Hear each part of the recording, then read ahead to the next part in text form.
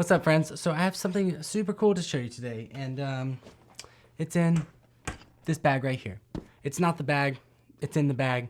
We'll get to the bag maybe sometime later. But on this channel, I've talked a lot about kind of the difference between gimbal and handheld shooting. And as a wedding videographer, and while I do some commercial films, like, what do I prefer? And I've almost always preferred just handheld shooting 100%. We've had some great conversations about it on the channel. We've had some like good things that we've talked about, but when it comes down to it, I'm a mainly handheld shooter. However, I'm gonna backtrack a little bit on that statement here because I do use a gimbal sometimes when it matters, when I need it. When the shoot calls for it, I will bust out a gimbal without a doubt. The thing with gimbals that's interesting, and DJI did this, pretty much revolutionized the industry, but gimbals are expensive, especially for how much I actually use a gimbal.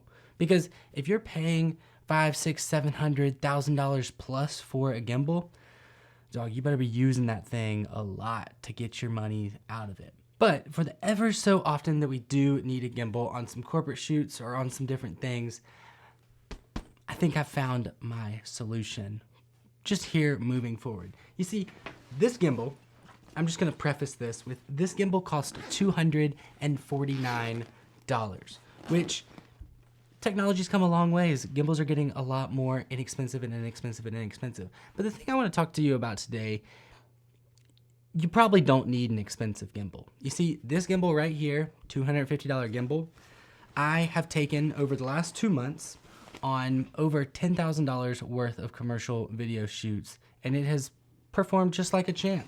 And this right here, if I can get it out of this bag that I so ever-so-ly crammed it into a long time ago, this is the Zhiyun Cinepeer Weebill Crane 3E.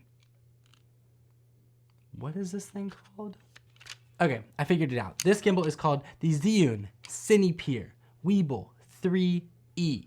Now, from what I understand, Cinepeer is kind of their cheaper, more budget line, more affordable, more friendly gimbal lineup. Now, the thing is like, I've been a professional videographer for over 7 years now. We do a lot of corporate stuff, a lot of wedding stuff. I'm not afraid of the word budget line because the thing is like, dude, gimbals are gimbals. Gimbals do what gimbals do. The only preference that I would say on the whole gimbals are gimbals thing is if you are running a DJI Ronin Pro setup with a big cinema rig and a car rig. So if you're mounting a gimbal setup to the car, that's where you probably need the more expensive gimbals. But for handheld work, shooting on cameras like this, like the A7S III, the FX3, the FX30, a budget gimbal is perfectly fine for your needs. Now, this thing is nice because like I said, technology's come a long ways. In the past, I have owned this, which is my Ronin RS-C2. Now I've had this gimbal since I think 2020, 2019, whenever it kind of first released. And they're fairly simple. They both have locking arms. This one locks. They both have the 3 legs. They both have triggers. They both have dials. They're both pretty darn similar. The Cinepeer line, a little bit smaller. They both gimbal the same way. I'm not going to do really side-by-side tests because a lot of that is up to interpretation. A lot of that is how I'm actually holding the camera and how smooth my hands are. They both do the same gimbal things, but this one cost $249 brand new. This one brand new, I think I paid $550 for, almost $600. And it's just cool to see that like when companies compete, the consumer always wins. So let's talk about this gimbal for just a minute. The one downside, the only downside, the biggest downside, the weirdest downside is this right here. When these are locked, they don't fully lock. And this is the probably cheapest part about this entire gimbal setup, is when these things are locked, it still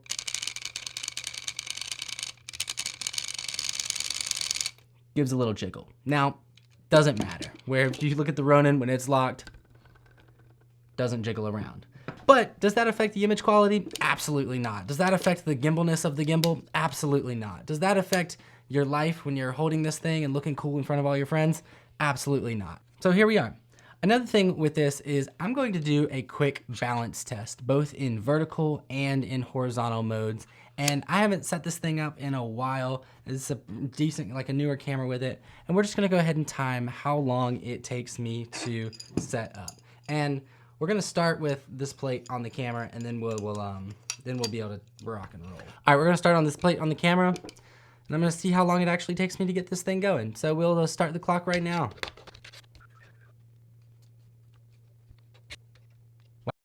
So that was exactly 1 minute, and we're fully balanced. So that was absolutely crazy. Pretty cool. Now, I've been balancing gimbals for a little bit. I'm not a super professional. I don't do it every day. It is what it is. But that was 1 full minute of fiddling with it really quick, and now we are fully balanced and ready to rock and roll on all of our gimbal movements. Like I said, I've had this gimbal for about a month and a half, and I've taken it on 3 different big projects so far.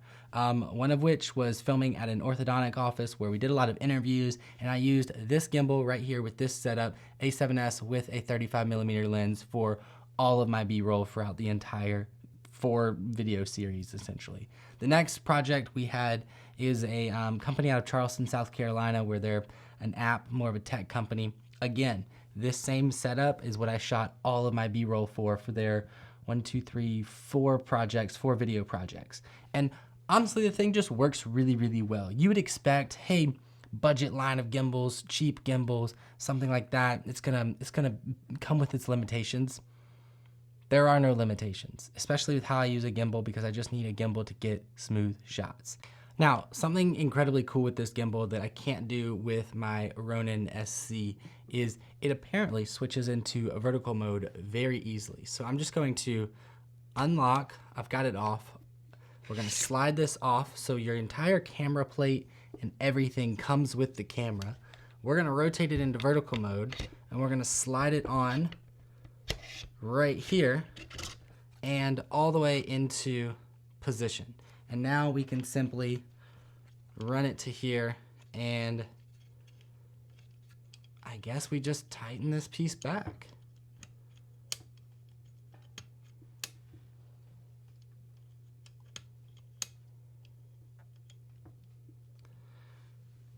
Now, that's pretty close to being balanced. It's not fully balanced, but like, if you're in a pinch, it's pretty easy to quickly change to vertical. Something that I don't see myself really doing. I mean, like, even as it is, we can still power it on and shoot just fine in fully vertical mode now.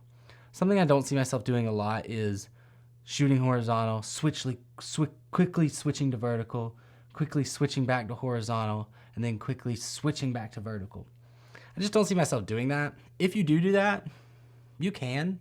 In a relatively unbalanced gimbal, I mean, I switched that in 20-something seconds, and it's working really great.